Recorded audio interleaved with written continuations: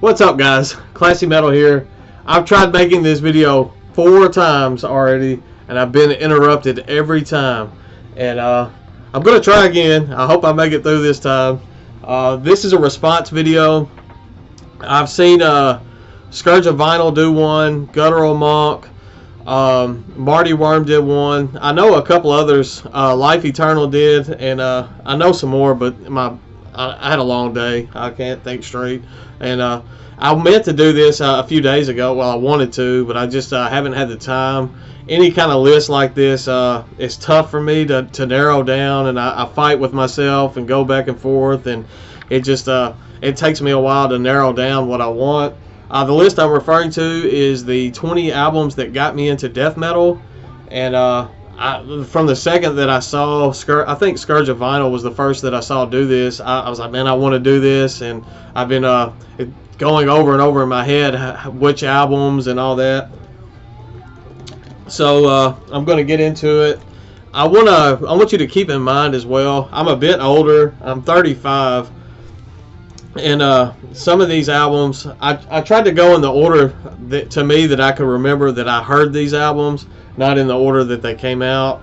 I know some of them may be out of order a bit as far as that I heard them, but like I said, I'm getting older. My memory's getting a little foggy, I guess, because some of this stuff was quite a while ago when I heard it. Also, keep in mind that at the time that I was really hitting my stride and getting into metal, there was no internet per se like there is now. We had internet, but the connections were nothing like they are now. There was no way to get on there and stream an album to listen to it. To buy albums, a lot of times you either had to have word of mouth, a friend either make you a tape of the album. I still remember making tapes and trading them with my friends. I remember CDRs, when they first came out, they were super expensive. So tapes were still the way to trade music then.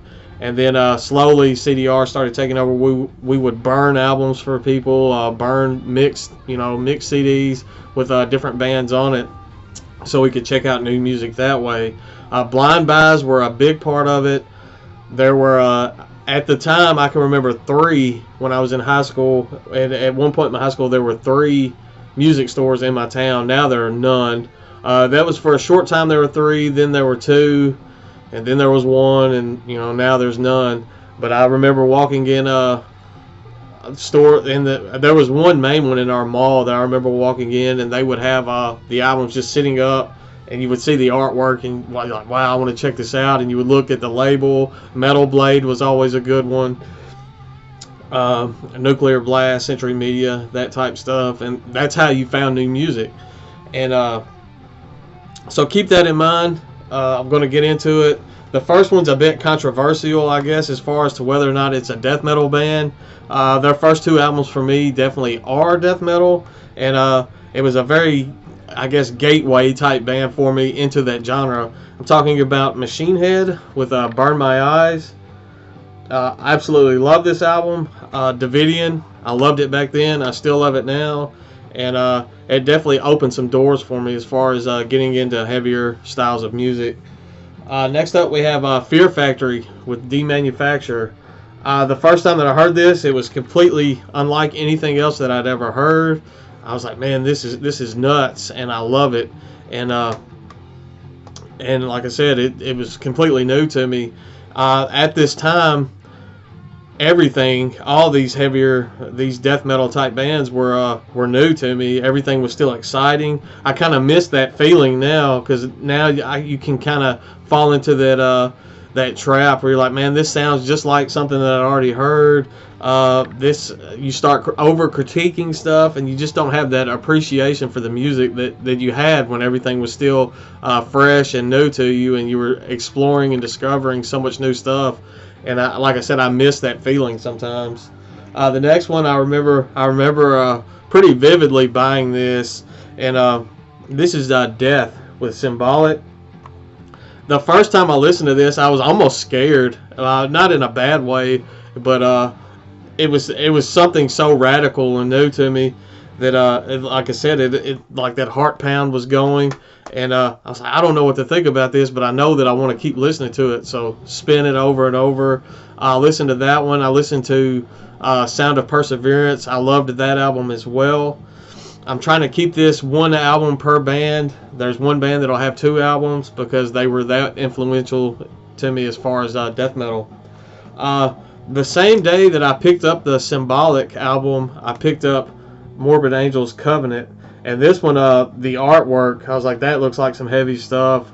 I don't know what this is, but I have to check it out. And I fell in love with this album as well. Both of those albums had me wanting to go back and explore other albums from those bands.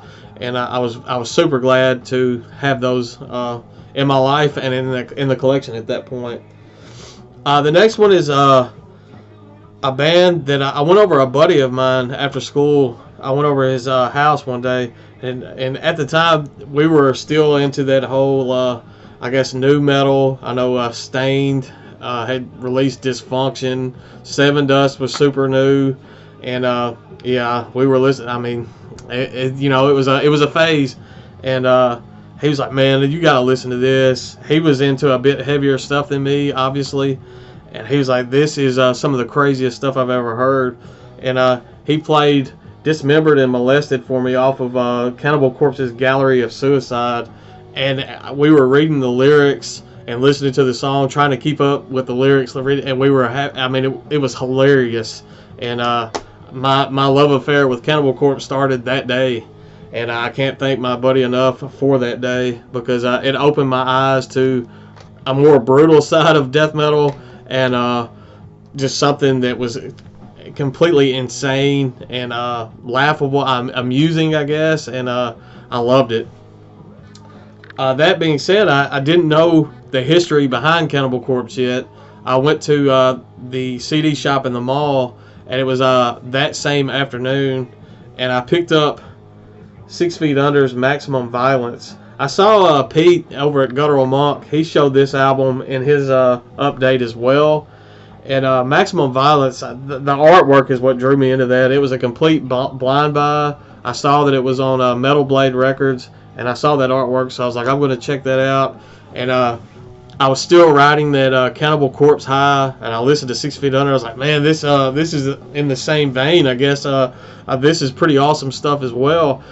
For sentimental and nostalgia reasons, Maximum Violence by 6 Feet Under is still way up there on my list. Love that album. The same buddy had a shirt from this band. This is a Gore Guts with Obscura. I actually bought this. I believe this was one of my first, if not my first eBay purchase, and I was super excited. It's actually the promo. This is the original press. As you can see, it's a promo copy. I got that. I don't even remember how much I paid for it on eBay. To show the age, that was back when you had to send a personal check or a money order in the mail when you won an auction on eBay. And I won that auction. I sent a check, and I had to wait for the check to clear, which was like 2 weeks after he received it in the mail. So it was well over a month that between the winning the auction and getting that album in the mail, that I had to wait. After I started getting into Cannibal Corpse, I wanted to backtrack and check out some more of their albums. It took me a while to find one, but the one that I loved the most after going back was The Bleeding. And then I had some more Chris Barnes going on. I didn't know. That's when I started to learn a little bit more about the band, got more into Cannibal Corpse, and started looking up the history of the band, and just do it when you're, I guess, fanboying over something like that, over a band. You want to learn as much as you can, and I would look it up as best as I could, like on our dial-up internet and everything else. I actually went to see Cannibal Corpse. It was in, I want to say 2000, possibly 99, but I think it was in the year 2000. And that was back before just a whole lot of people knew. They were nowhere as big as they are now. I saw them in a venue in Memphis, Tennessee, that is no longer there anymore. It was called The Last Place on Earth. And there were maybe 50 people at that Cannibal Corpse concert. and the place was so small they had a couch like on the floor where you could sit on the couch and watch the bands playing. And one of the bands that opened for Cannibal Corpse actually picked up their album at that show, and it was Nile. When I picked up Amongst the Catacombs of Nephron Ka, slipped my mind for a second. That was another one that just a new sound to me. I guess I fell in love with the Egyptian symbolism in that at the time. They had a member of the band, a singer, I guess he played bass and sang, named Chief Spires. He's no longer with the band, but I met him after the show, talked to him. He's actually the one that sold me the album. And that one, I remember just spinning that over and over and over, and I still love that album. It's probably in my top 5 death metal albums of all time list. So definitely glad to have that one on this list, and I guess share that memory with you. Next up, we have Skinless with foreshadowing our demise. There was a group of maybe 5 of us in my high school that all enjoyed death metal, and I remember one of the guys. He was like, "Man, guys, you got to check out Skinless. They're hilarious, like the sound clips." And he had I believe a burnt CD of that album that he gave me that I had for many years before I actually got my hands on a physical release from the band. And I wore that CDR out just listening to that album over and over. And when I did finally get the physical album from Relapse, they sent their little mailer where you could order Relapse titles. They had other items in their distro that you could order. And the next 2 were actually albums that I bought from that distro. One of them is the exact CD. It's the same CD that I bought back then, and then the other is not, because it was in a box that I had stolen several years ago, but I have a replacement copy. This is Cryptopsy with Whisper Supremacy. This was my introduction into Cryptopsy. It was heavy. The vocals on this blew me away. It was a whole new side of the vocal delivery for death metal, and that one's definitely rightfully on this spot on this list. Next up, we have Divine Empire with Doom to Inherit. Absolutely love this album. Like I said, I bought those 2 on a mail order. My very first mail order that I actually sent off to a label. You should know that I love Doom to Inherit because I went out of my way to go buy the artwork for that not too long ago from the artist that did the cover. It was a blind buy when I did the order. I'd never heard, but I was like, man, this looks like some brutal stuff. They were advertising it pretty heavily, and I definitely wasn't let down with that. Next up, we have Vader with Litany. That is not the original case, but this one has a to die for price tag on it, so obviously that's not the original case. Vader, I saw Vader live, and it was my introduction to Vader, and the dude's eyes were like the most evil thing. He scared me a little bit, and I was like, man, I gotta buy something from these guys because they put on one hell of a show. And I bought Litany, fell in love with Vader, fell in love with that album, and the rest is history. On the way to that concert, one of my friends had a burnt CD that they gave me of this next album. It's not what many people would consider their favorite, I guess, album even from that band. This is quite possibly my favorite death metal album of all time. I know I may get some hate for that, but there's a ton of sentimental value in this album for me from that trip. It brings back memories every time I listen to it. And this is In Flames with Clayman. This sound, I guess the Swedish sound coming, I'm almost speechless talking about this. It was I was absolutely blown away by this album, and still love it to this day. The sound was absolutely new to me then. Had a great time on that trip, and I still have great memories that come flooding back with that album. Also on that trip was the first time that I heard this band. This is Opeth And the first album that I heard from them was My Arms, Your Hearse. Not my favorite Opeth album now, but when I first heard this album, it was unlike anything that I'd ever heard. I know I may have said that already a few times in this list, but as far as death metal goes, this was groundbreaking. I mean, I didn't realize how groundbreaking at the time. I couldn't appreciate it like I can now. But it was something like the whole nature, death metal, death metal with emotion, that kind of emotion, I guess. I can't put into words what that album meant to me, but just know it meant a ton. It's on the list. Love Opeth. I love old Opeth. Not so much a big fan of their newer stuff, but we'll save that for another time. From my love of Skinless, one of my friends told me about this band, so I had to check them out, and they were like Skinless on steroids. And that's Mortician with the Zombie Apocalypse. Love this album as well. Know some people hate Mortician, but it's like Skinless slowed way down, played in a way lower key.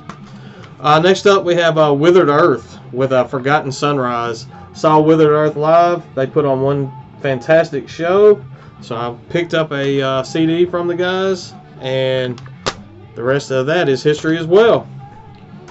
I saw this band open for Skinless. I guess Skinless and Cannibal Corpse probably are two of the most influential bands in my journey through death metal, because I found so many other bands because of those two bands.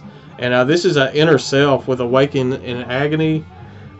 This album really hasn't stood the test of time with me. It doesn't get spins like it used to, but back when I first heard it, I thought it was one of the greatest things I'd ever heard. It did get played out over time, but at the time, that was some heavy stuff, and I loved it. Next up, we have Sepultura with Beneath the Remains. Just heavy stuff. This obviously isn't the first time that I've owned this album. This is the repress, but my love for Cannibal Corpse led me to Sepultura in a kind of roundabout way, and it all went back to the recording. The guy's name, Scott. I can't. The producer, and I feel horrible because I'm completely blanking, but he produced this album. He also produced the Bleeding from Cannibal Corpse. That's what led me to listen to Sepultura. When I went to buy Beneath the Reigns the very first time, the guy working at the store told me, he said, if you like that Sepultura sound, he said, there's an album that you need to check out. So I blind bought this, and to this day, it is probably the most brutal album that I've ever heard in my life.